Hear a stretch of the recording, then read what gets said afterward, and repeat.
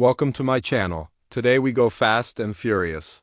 So brace yourself because we're about to experience the ultimate showdown between the most badass female agent ever, Hattie Shaw, and the terrifying cyborg Brixton Lore. In the heart of London, a covert intelligence squad led by Hattie storms into action. Their mission: infiltrate the Fortress of Eden, a ruthless tech cult, and recover a deadly virus known as Snowflake. The stakes are high, the danger is real. Can our heroes survive this deadly mission? Let's find out.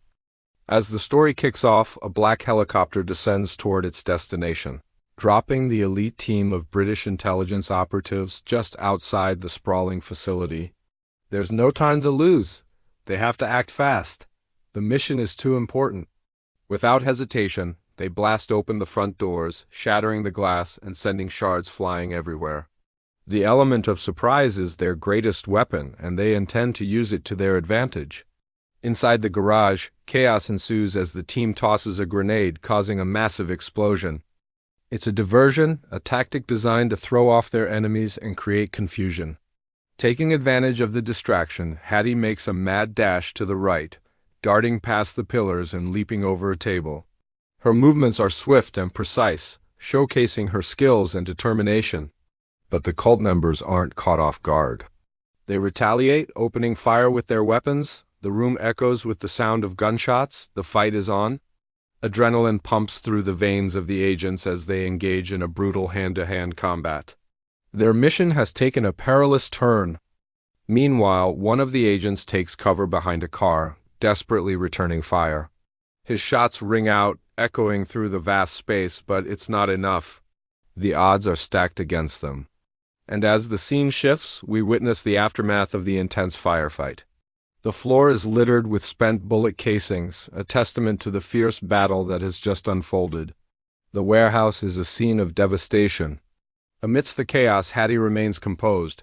She's got a plan. Slipping into a waiting truck, she expertly hacks into a sealed case, retrieving the precious cargo inside. She's successful, but her victory is short-lived. A chilling voice cuts through the tension. Hattie Shaw. Emerging from the shadows is Brixton, a terrifying figure who was once an agent like them. Now he's a formidable cyborg weapon, loyal to Eden. The stakes are higher than ever. Hattie and her team turn around, aiming their guns at their former comrade. But Brixton is prepared. With a sinister smile, he scans them with his enhanced eyes, assessing their every move. In a blink, he lunges forward, attacking with lightning speed and deadly precision. His enhanced strength is on full display as he easily overpowers the agents, knocking them down one by one. Fear grips their hearts as he moves with a terrifying grace, delivering devastating blows that leave them bruised and battered. Their weapons clatter to the floor, useless in the face of his overwhelming power. In mere seconds, he has wiped out the entire squad. Hattie's in shock, paralyzed by fear as she watches her teammates fall one by one. But she quickly shakes off the horror and dives for cover. She fires round after round, hoping to slow him down, to give her a chance to escape. But Brixton is relentless. With a superhuman agility, he leaps over the truck, narrowly dodging her bullets. His eyes blazing with determination, he crashes through the window, sending glass shattering everywhere. Hattie's trapped. Outside the building, Brixton emerges from the wreckage, his face a mask of intensity. Spotting a small gash under his left eye, he exudes both danger and allure. In the blink of an eye, he's back in motion, sprinting with incredible speed toward Hattie.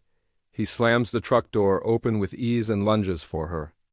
Hattie, trapped inside, frantically tries to close the door, but it's too late. Brixton is upon her, smashing at the doors, punching holes like a battering ram. Hattie slides into the driver's seat, desperately trying to start the engine and escape. Brixton, relentless, continues to smash, breaking through the doors and unleashing a hail of bullets. The windshield shatters, forcing Hattie to swerve and crash out the front gate. With a burst of speed, she tears through the streets, leaving Eden's headquarters behind. But her freedom is short-lived. Brixton is hot on her tail. Hattie's only option is to inject herself with the very virus they came to retrieve. As she crashes into the night, a single tear rolls down her cheek, symbolizing the weight of the decision she's just made. Meanwhile, in Los Angeles, Agent Hobbs bursts into a bustling karaoke bar, determined to find answers about the deadly virus. With unmatched power and brute force, he strides backstage, confronting a crew of dangerous gangsters. Hobbs wastes no time. He swiftly dismantles them one by one, leaving the boss for last. Hobbs pins the man down onto a tattoo chair, sending a clear message. This isn't just a violent interrogation. It's a warning. Hobbs won't tolerate any games. In moments, he has dismantled the entire crew, leaving the boss with no backup. He leans in close, demanding answers about the virus, but the boss claims ignorance. Hobbs, losing patience, leaves his mark. He pulls out a tattoo gun and inscribes an insult across the man's forehead. It's a public humiliation, a reminder of his failure. With answers still pending, Hobbs calls it quits, walking away from the frightened boss. Back in London, Agent Shaw makes a grand entrance at a glamorous party. Moving with purpose, he cuts through the crowd, heading straight for the VIP section. His mission, capture the elusive virus known as Snowflake. But the path to victory is never easy. Shaw wastes no time. He unleashes his violence with a vengeance, beating an entire group to the ground in seconds. Using any object within reach, he sends his enemies crashing to the floor. No one can stop him. His mission is of utmost importance and he won't be deterred. He spots his target and advances, threatening to end the party unless they cooperate. The man's terrified. Shaw dangles him over the window by a rope, a chilling sight that sends shivers down everyone's spine. He demands information about the virus, but the man claims ignorance. Shaw, unimpressed, leaves him hanging and walks away, leaving the fate of the virus hanging in the balance. Later, Hobbs enjoys a meal with his daughter, Sam. Their bond is evident. They share stories and laughter, creating a heartwarming moment. But beneath the surface, there's a shadow. Sam asks about their relatives, curious about her heritage. Hobbs changes the subject, unwilling to delve into the past. Their peaceful lunch is shattered when a CIA agent arrives with alarming news. The virus Snowflake can literally melt a person's organs.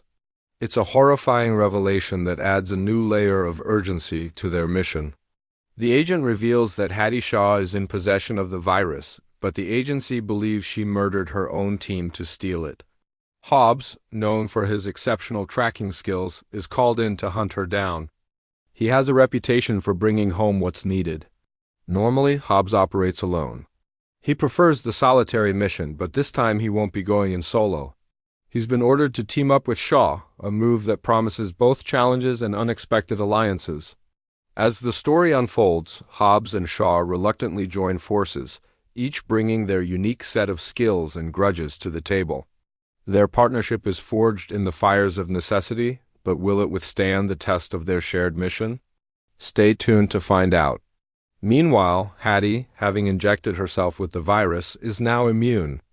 As Brixton searches for her outside Eden's headquarters, she vanishes into the night, leaving him clueless. Her survival adds a twist to the narrative, making her a valuable asset as well as a wanted fugitive. At the CIA office, Hobbs and Shaw finally come face to face and sparks immediately fly. Their history is fraught with animosity and they instantly engage in a heated argument. Hobbs, however, holds the upper hand. With his superior status and reputation, he easily overpowers Shaw, pinning him to the wall. But their confrontation doesn't remain verbal. Hobbs, in a fit of rage, hurls a chair straight at the door, emphasizing his volatile nature. The following day, Hobbs surprises everyone by storming out of the CIA office. He's found blind spots in Hattie's apartment, indicating secret cameras. Trust is in short supply, and he needs to investigate further. At Hattie's apartment, Shaw enters cautiously, aware of the potential traps. He skillfully navigates the initial one rigged behind the door. But as he ventures deeper, he discovers a laptop, providing a glimpse into Hattie's activities. Suddenly, Eden's agents ambush him, catching him off guard. Without hesitation, Shaw draws a concealed weapon and fires, eliminating 2 attackers instantly.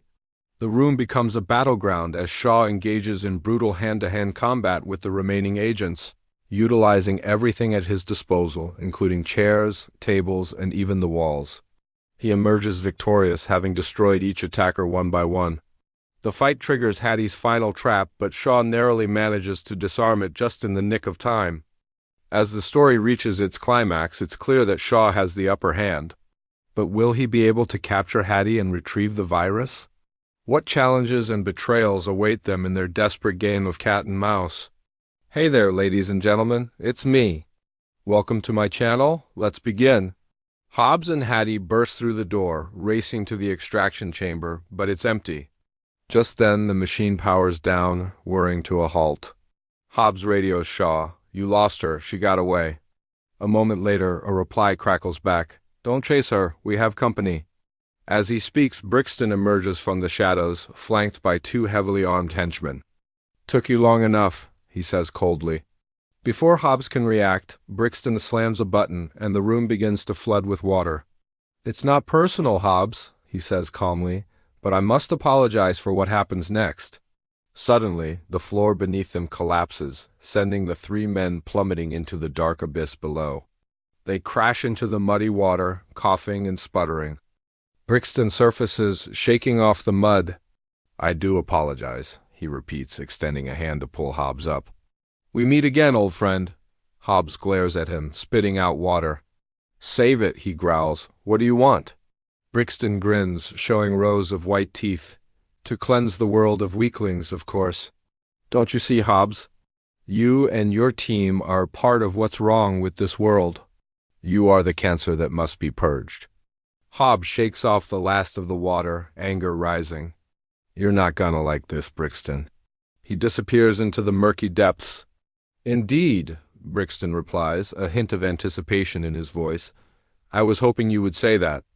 Hattie finds herself alone in a deserted hallway. She walks purposefully, passing computer screens that display the progress of the cleansing operation. She reaches a glass panel and presses a button, summoning an elevator. Inside, she accesses a terminal. Bringing up security footage of Hobbs and Shaw, she watches them battle Brixton's forces, a grim smile spreading across her face. They don't stand a chance, she murmurs. The elevator doors open and she steps out into a vast, brightly lit chamber filled with Eden soldiers.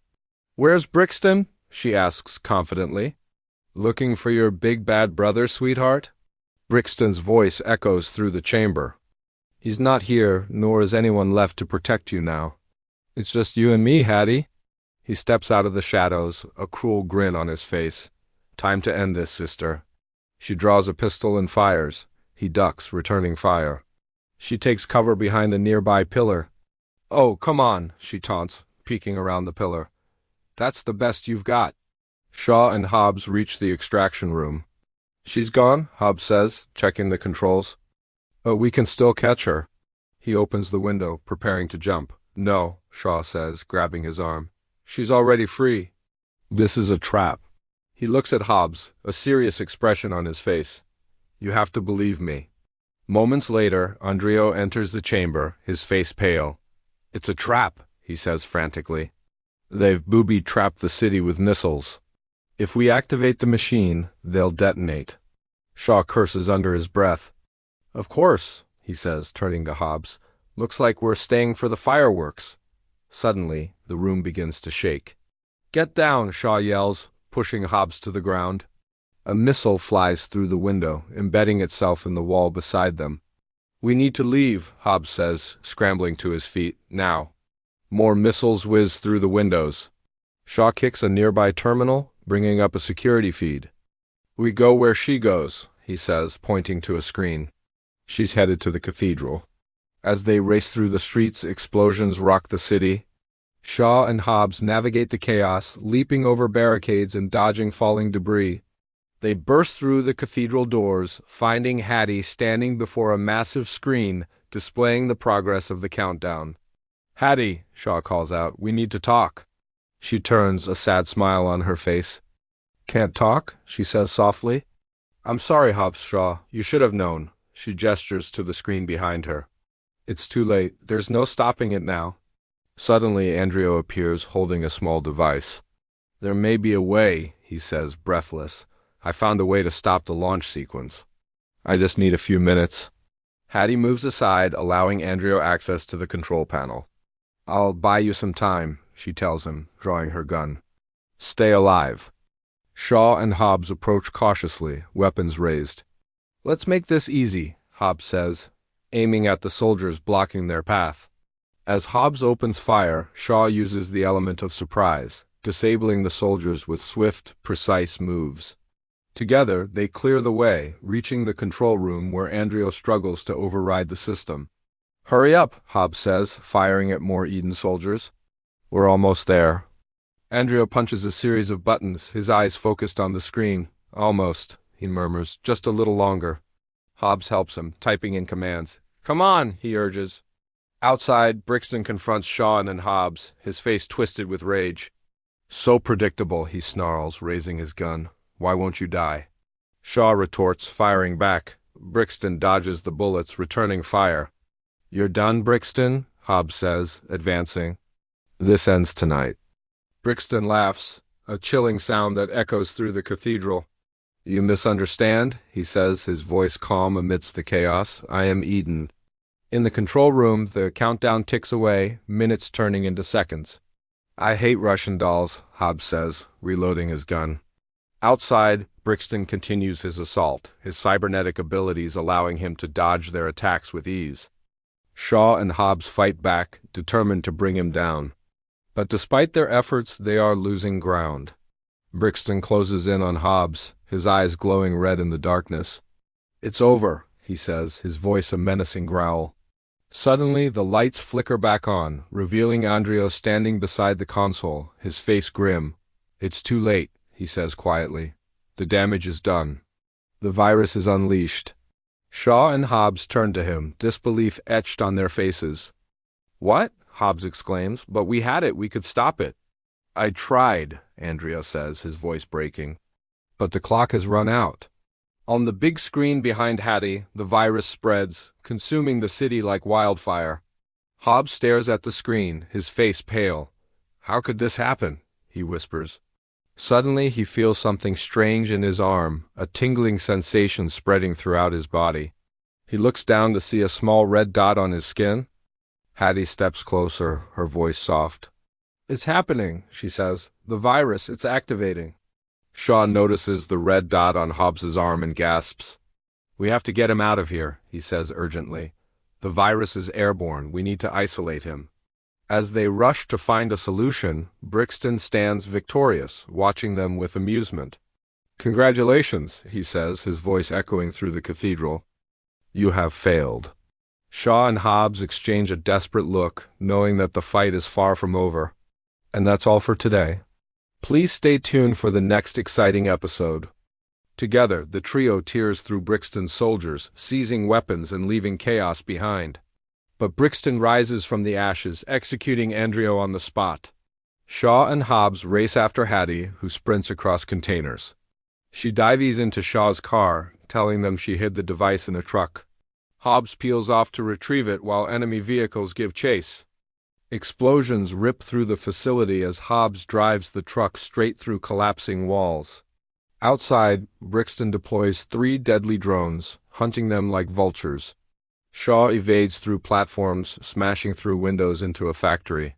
Hobbs crashes into a drone to obliterate it, then rams enemy cars head-on. Another drone corners Shaw, forcing him to launch his car out a window mid-shootout. The drone crashes in flames. Hattie clings to the hood, barely surviving. With the car failing, she steadies herself and takes out the final drone with a perfect shot. At the last second, Hobbs stretches his arm, catching Hattie and pulling her into the truck as Brixton lunges and misses, tumbling into the wreckage below. The fight isn't over. Shaw drives his car onto the back of Hobbs' truck, then releases it, causing an explosion that rips through the facility. Brixton pursues again, leaping onto his bike. As the world collapses around them, Hobbs and Shaw team up in the back of the truck, clashing with Brixton in a brutal 3-way fight. His cybernetic strength gives him the edge, tossing them aside like ragdolls. But as he prepares the killing blow, the crumbling facility collapses onto him, forcing him to retreat. The trio escapes to safety, but disaster looms. The extraction machine is broken.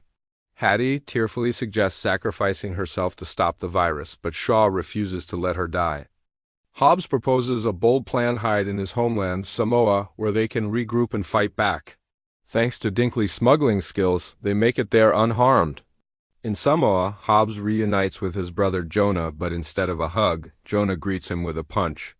The brothers argue furiously until their mother silences them with a flying slipper. Inside, Hobbs begs Jonah to fix the machine, but Jonah refuses to be dragged into his brother's chaos. Only after their mother scolds them again does Jonah agree to help. At his shop, Hobbs demands weapons, but his mother has destroyed every firearm, leaving only traditional weapons to fight with. While Jonah works on the machine, the team arms themselves with spears, clubs, and traps. Hattie hacks into Eden's system, finding a way to disable their high-tech weapons, but only for 6 minutes. Later, Hattie and Shaw share their struggles, finally kissing after years of silence. With just 30 minutes left before the capsule dissolves, Jonah finishes the machine and begins extraction. Right then, Eden's army storms the island. Hobbs rallies his brothers, apologizing for abandoning them. They embrace, ready for war.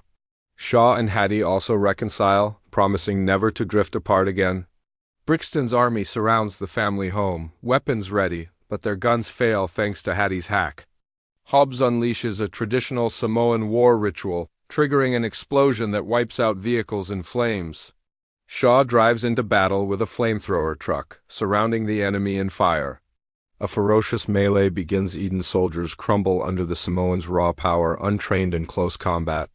The only true threat is Brixton, whose enhanced body makes him nearly unstoppable.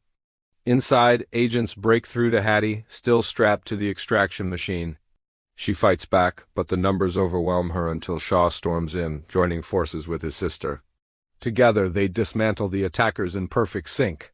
A car smashes toward them, exploding on impact, but the siblings survive, though Hattie is left dizzy and separated. Outside, Eden's helicopter lands. Brixton seizes Hattie by the throat. She spits defiantly in his face. Hobbs and Shaw race in a truck to save her. Shaw drives like a man possessed while Hobbs clings to a massive chain. As the truck soars off a ramp, Hobbs hurls the chain, hooking the helicopter. Shaw accelerates, dragging the aircraft down as Hobbs begins reeling it in. A furious Brixton shoves the pilot out, taking full control himself.